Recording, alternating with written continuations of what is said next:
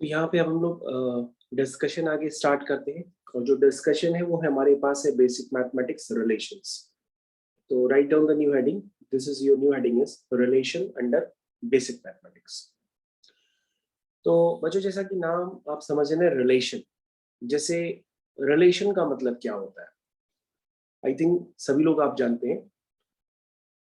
तो much of the mathematics is find, ध्यान से देखिएगा मैं आपको पूरा बता रहा हूँ। Much of the mathematics is about finding a pattern, a recognizable link between quantities that change. In our daily life, we come across many patterns that relations such as brother and sister, father and son, teacher and students. In mathematics also, we come across many relations such as number m is less than number n, line l is parallel to line m, set A is subset of set B. तो बच्चों ये सारे क्या है, relation है। जैसे अगर मैं क्लास में आपको पढ़ा रहा हूं लेट्स से, तो आपका मेरे साथ क्या रिलेशन, एक टीचर और एक स्टूडेंट का, है ना। तो ये रिलेशंस मैथमेटिक्स में एग्जिस्ट करते हैं। अब ये रिलेशन बच्चों किस तरह से हमें पढ़ने होते हैं, और रिलेशन बेसिकली पढ़ने से पहले में और कौन सी बातों का ध्यान देना पड़ता है। सबसे पहले बच्चों जब हम लोग रिलेशंस पढ़ते हैं, तो relations is basically a subset of Cartesian product of sets। अब बच्चों ध्यान से सुनिएगा मैंने क्या बोला।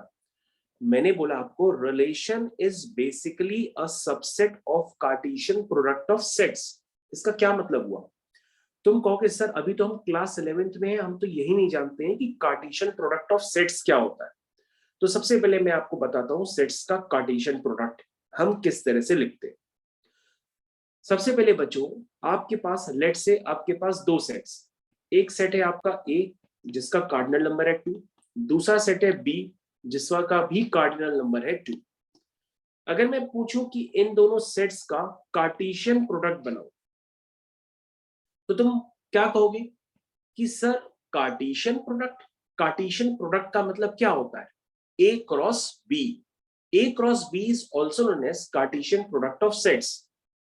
तो जब हम ए क्रॉस बी करेंगे तो हमारे पास कितने ऑर्डर्ड पेयर्स बनेंगे, एक बनेगा 1,3, एक बनेगा 1,4, एक बनेगा 2,3, एक बनेगा 2,4। This is the known as what is, ये क्या है आपका कार्टेशियन प्रोडक्ट ऑफ सेट्स। तुम कहोगे सर इसको देख करके तो हमें याद आती है जैसे पावर सेट।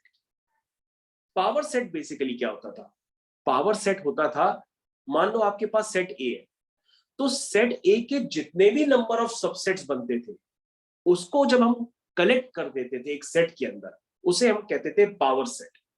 तो बच्चों हमने आपसे कहा कि पावर सेट कुछ और था, ये पावर सेट नहीं है। ऐसा ना हो कि आप पावर सेट से ही कंपेयर करने लगे। पावर सेट एक अलग था, कार्टेशियन प्रोडक्ट ऑफ सेट अलग है। तो पावर सेट क्या था, पावर सेट आप समझ गए। जो उन बच्चों ने नए क्लासेस ज्वाइन किए उनको मैं एक बार पावर सेट भी सिखा देता हूं। जैसे बच्चों हमारे पास एक सेट है 1,2, तो इस सेट से बनने वाले कितने सबसेट्स हो सकते हैं, तो तुम कहोगे एक 1 भी हो सकता है, एक 2 भी हो सकता है, एक इटसेल्फ 1,2 भी हो सकता है, और नल सेट हर सेट का एक सबसेट होता है। यानी सेट ए के जो पावर सेट बनेंगे उसमें नंबर ऑफ एलिमेंट्स कितने होंगे, 4। तो power set is the total number of subsets of any sets. तो इसके टोटल नंबर ऑफ एलिमेंट्स इसमें कितने हैं, 4, यानी कि 2 की पावर 2 दैट मींस 4। मेरे ख्याल से पावर सेट सबको क्लियर है। लेकिन बच्चों मैं आपको पावर सेट आपको नहीं बता रहा हूं, मैं आपको बता रहा हूं कार्टेशियन प्रोडक्ट ऑफ सेट्स। यानी कि इसमें हमें क्या लिखना होता है, इसमें हमें लिखना होता है ऑर्डर्ड पेयर्स। तो ऑर्डर्ड पेयर्स मैंने आपको लिख के बताया ना, जैसे 1,3, 1,4, 2,3, 2,4।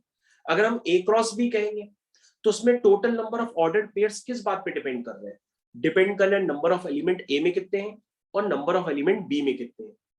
जैसे नंबर ऑफ एलिमेंट अगर ए में 2 है, नंबर ऑफ एलिमेंट बी में 2 है, तो हमारे पास ए क्रॉस बी का जो कार्डिनल नंबर होगा वो होगा 2 into 2, that means it is 4।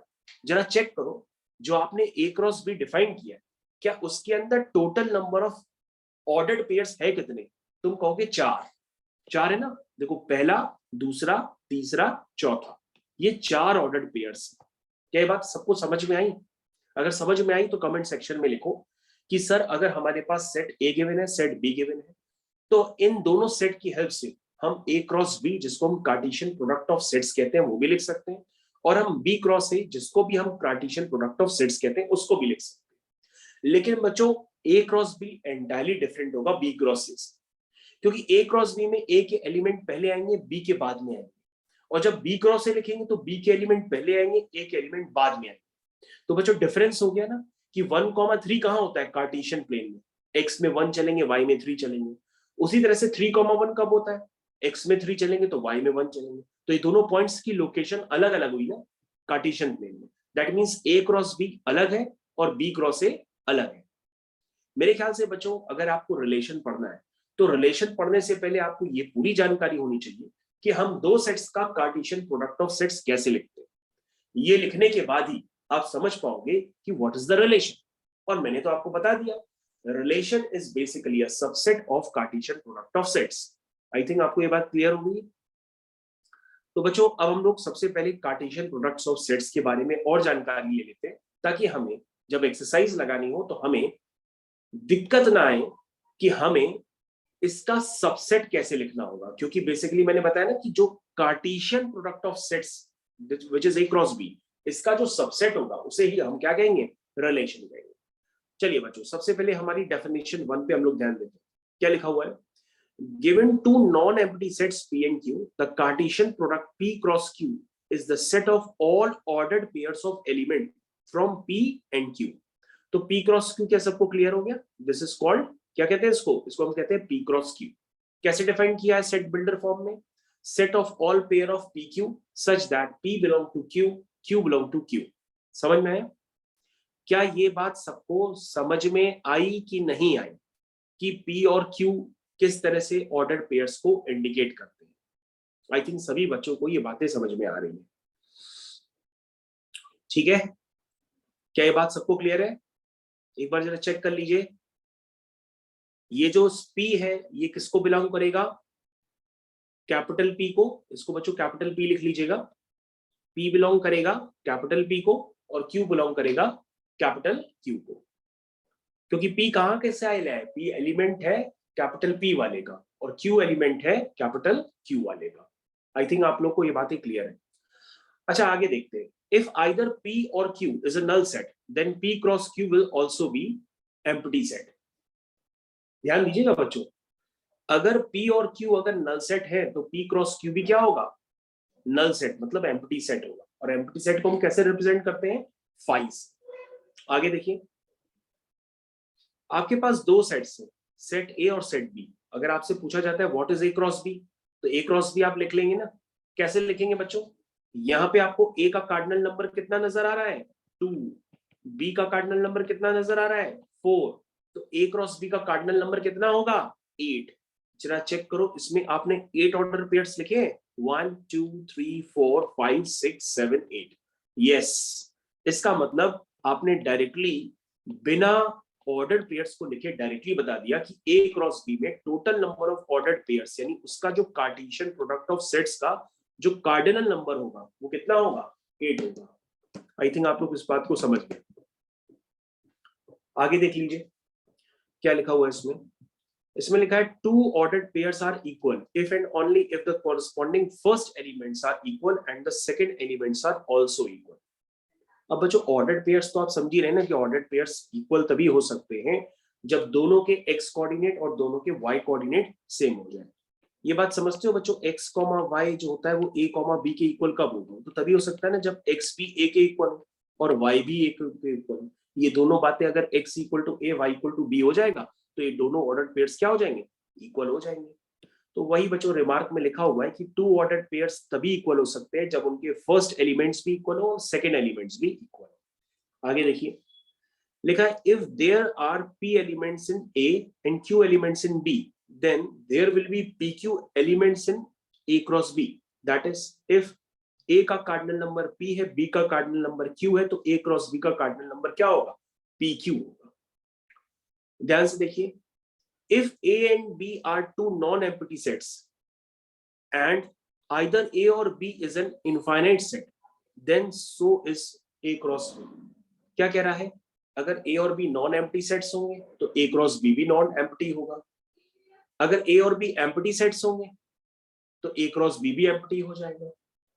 और अगर ए और बी इनफाइनाइट सेट होंगे तो ए क्रॉस बी भी इनफाइनाइट हो जाएगा। आई थिंक ये बात आप लोग को अच्छे से क्लियर हो गई है, ठीक है। अब ध्यान से देखते हैं, हमारे पास ए क्रॉस ए क्या है, इसको समझ लीजिए। ए क्रॉस ए का मतलब क्या होगा, पहले आप ए क्रॉस ए निकाल लीजिए, फिर ए से मल्टीप्लाई कर लीजिए। तो उसमें जो ऑर्डर्ड पेयर्स होंगे उसमें 2 एलिमेंट्स नहीं होंगे, 3 एलिमेंट्स होंगे। बेसिकली एक पॉइंट रिप्रेजेंट करेगा 3 डायमेंशनल प्लेन में। मतलब ओरिजिन से पहले हम एक्स एक्सिस के अलाउ ए यूनिट चलेंगे, फिर वाई एक्सिस के अलाउ बी यूनिट चलेंगे, फिर जेड एक्सिस के अलाउ सी यूनिट चलेंगे, तो अभी हमको ये ordered pairs A B C type के मिलेंगे। तो ये भी होते हैं बच्चों, इनको हम लोग ट्रिपलेट कहते हैं। बेसिकली क्या कहते हैं, ABC is called an ordered triplet भी कहते हैं, ठीक है। अब जो हमारे पास यहाँ पर थ्योरी तो कंप्लीट हो गई, आप बहुत अच्छे से समझ गए हैं कि कार्टेशियन प्रोडक्ट ऑफ सेट्स को किस तरह से रिप्रेजेंट करते हैं।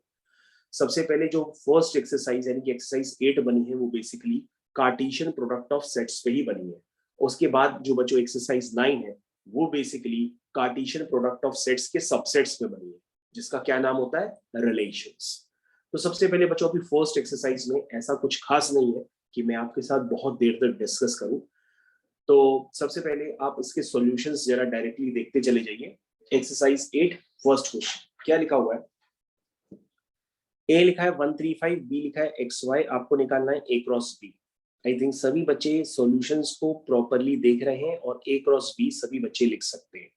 और लिखने के बाद बच्चों उनको एरो डायग्राम से रिप्रेजेंट करना आपके लिए बहुत छोटा सा काम है। तो आप इसको एरो डायग्राम से भी बहुत आसान तरीके से रिप्रेजेंट कर सकते हैं। बच्चों मैंने एरो डायग्राम फर्स्ट और सेकंड वाले का बनाया है, बाकी आप सबका खुद से बना सकते हैं। आई थिंक एरो डायग्राम का मतलब कुछ नहीं होता है, ये सब सारी बातें आप पहले से भी समझते हैं। तो आप इसको कंप्लीट करिए, तब तक अपने आप से कंप्लीट कर लेंगे। This is your A, this is your B and this is your B and this is your A, ठीक है।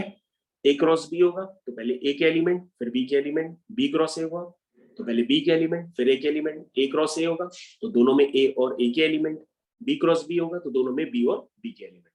सेकंड वाला देखिए, सेकंड वाले में क्या लिखा है, if a is equal to 1, 2, b is equal to 2, 3, c is equal to 0, तो what is a cross b cross c। तो बच्चों पूरा प्रोसेस एक साथ ना परफॉर्म करिए, आप एक काम कर लीजिए, पहले आप निकाल लीजिए a क्रॉस b। तो a क्रॉस b में total number of ordered pairs कितने होंगे, 4 होंगे, 1 2 3 4।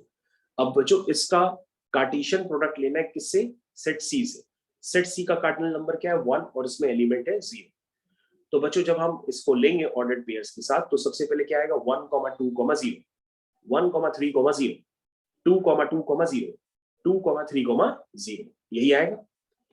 तो बच्चों इसको हम लोग क्या कहते हैं, अभी नाम बताया था ना, इसका नाम होता है ऑर्डर्ड ट्रिपलेट। ये क्या है, ऑर्डर्ड ट्रिपलेट, बोलो मेरे साथ, ऑर्डर्ड ट्रिपलेट। थर्ड वाला पार्ट देखिए ध्यान से।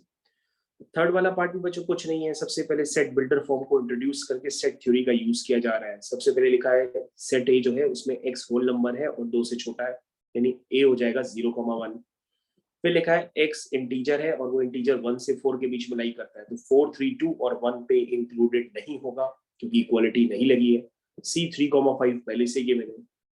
अब आपको क्या निकालना है, बी इंटरसेक्शन सी। तो पहले बी इंटरसेक्शन सी यानी बी और सी के कॉमन एलिमेंट देख लीजिए, फिर जो भी है उसका ए से क्रॉस कर दीजिए। जब आप क्रॉस करेंगे तो आपके फर्स्ट पार्ट का आंसर यहाँ पे इंडिकेट होने लगेगा। दिस इज योर क्वेश्चन का जो फर्स्ट पार्ट है उसका आंसर आपको यहाँ पे नजर आ रहा। ओके, सेकंड पार्ट देखिए। सेकंड पार्ट में पहले बच्चों बी यूनियन सी निकाल लीजिए, जो भी है फिर उसका ए से क्रॉस ले लीजिए, तो आपके पास ए क्रॉस बी यूनियन सी आ जाएगा। होपफुली आप सभी लोगों ने आंसर्स अपनी कॉपी में कर रहे हैं। बच्चों अगर स्पीड मेरी ज्यादा लग रही है तो आप वीडियो को पॉज करके पहले आप सॉल्यूशंस एक बार चेक कर लीजिए, थ्रू आउट अपना अटेम्प्ट कर लीजिए, कोई गलती हो तो उसको अभी भी देख लीजिए। तो मैं इसको बॉक्स में डाल देता हूँ, फाइनल आंसर को जरा वेट करिएगा। तो ये बच्चों मैंने फाइनली इसको बॉक्स में डाल दिया है, ठीक है।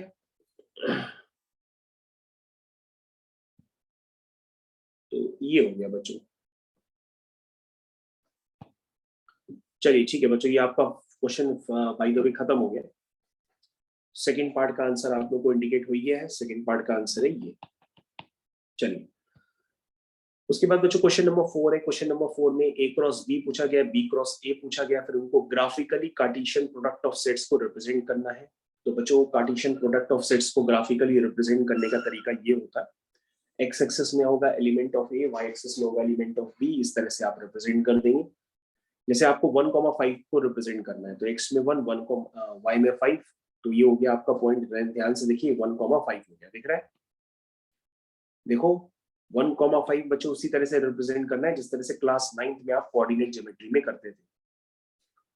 उसके बाद 1,7, 1,7 बच्चों ये पॉइंट हो गया, 1,9 ये पॉइंट हो गया, 4,9, 4,9 ये पॉइंट हो गया। तो कार्टेशियन प्रोडक्ट ऑफ सेट्स को अगर आपको एरो डायग्राम यूज ना करके अगर उसका ग्राफिकली रिप्रेजेंट करना तो हम उसको इस तरह से रिप्रेजेंट करते हैं। ठीक है, क्लियर हो गया? फिफ्थ देखिए, फिफ्थ में क्या लिखा हुआ है? उसमें लिखा है let A and B be two set such that A का कार्डिनल नंबर गिवन है, बी का कार्डिनल नंबर गिवन है। ठीक है, सब कुछ गिवन है। आपसे क्या पूछा जा रहा है, क्वेश्चन को कंप्लीट आप पढ़ लीजिए। कह रहा a,1 b,5 c,5 d,1 e,5 को देख करके बताना है कि ये a क्रॉस b है। तो a क्रॉस b अगर बच्चों आपके पास गिवन है तो आप यहाँ से a तो इंडिकेट कर ही सकते हो कि a के एलिमेंट हो जाएंगे ये, यानी कि a b c d e, और b के एलिमेंट हो जाएंगे 1 और 5। तो a भी क्लियर हो गया, b भी क्लियर हो गया, a और b क्लियर हो गया, तो a क्रॉस b भी आपका क्लियर हो गया। क्या बात समझ में आई? जरा चेक करिएगा सभी लोग, ए क्लियर हो गया, बी क्लियर हो गया, तो ए क्रॉस बी भी क्या हो गया, क्लियर हो गया। ए क्रॉस बी क्लियर करने के बाद आपको रिमेनिंग एलिमेंट्स भी चेक करने, वो रिमेनिंग एलिमेंट्स बच्चों आपके पास लिखे हैं, उसको आप वेरीफाई करके चेक कर लीजिए। सिक्स्थ वाला पार्ट देखिए, लिखा है the Cartesian product A cross A has 9 elements among which are found -1, 0 and 0, 1. Find the set A and the remaining elements of A cross A. तो बच्चा कह रहा है कि A क्रॉस A में 9 एलिमेंट्स है, वो तभी हो सकते हैं जब A वाला सेट आपका 0, 1, -1 टाइप का हो, तभी 3 into 3 that means 9 ordered pairs बन सकते हैं। उसमें से 2 ऑर्डर्ड पेयर्स आपको ऑलरेडी पता है, एक है -1, 0 और एक है 0, 1। ठीक है। 7th देखिए लिखा है express A is equal to set of all pair of A, B such that 2A plus B is equal to 5 and A, B belong to whole number. तो बच्चों यहाँ पर आप एक काम करिए, A और B होल नंबर है तो सबसे पहले A की वैल्यू 0 पुट कर लीजिए, फिर A की वैल्यू 1 पुट कर लीजिए, फिर A की वैल्यू 2 पुट कर लीजिए। इससे ज्यादा अगर आप A की वैल्यू पुट करेंगे तो Y की वैल्यू यानी B की वैल्यू नेगेटिव आने लगेगी, जो एक्सेप्टेड नहीं है, क्योंकि A और B 0, 1, 2, 3 टाइप के ही हो सकते हैं, नेगेटिव नंबर नहीं हो सकते। 8th वाला देखिए लिखा है if P is equal to ABC, Q is equal to D, from the sets from P cross Q and Q cross P, are these two Cartesian products equal? Check कर लीजिए। तो तुम कहोगे sir P cross Q, Q cross P कहीं से भी same नहीं है, इसलिए ये इक्वल नहीं। तो मेरे ख्याल से बच्चों क्वेश्चन नंबर 8 तक आपने कंप्लीट कर लिया है। अब हम लोग यहाँ पे कंटिन्यू करेंगे क्वेश्चन नंबर 8 के बाद नेक्स्ट एक्सरसाइज, जो नेक्स्ट एक्सरसाइज होगी वो होगी आपकी एक्सरसाइज 9। तो एक्सरसाइज 9 की तरफ हम लोग मूव करेंगे, तो आप रेडी हो जाइए एक्सरसाइज 9 के लिए बेसिकली। तो एक्सरसाइज 9 करने से पहले आप अपने क्वेश्चंस कंप्लीट कर लीजिए, फिर हम उसको चालू करते हैं।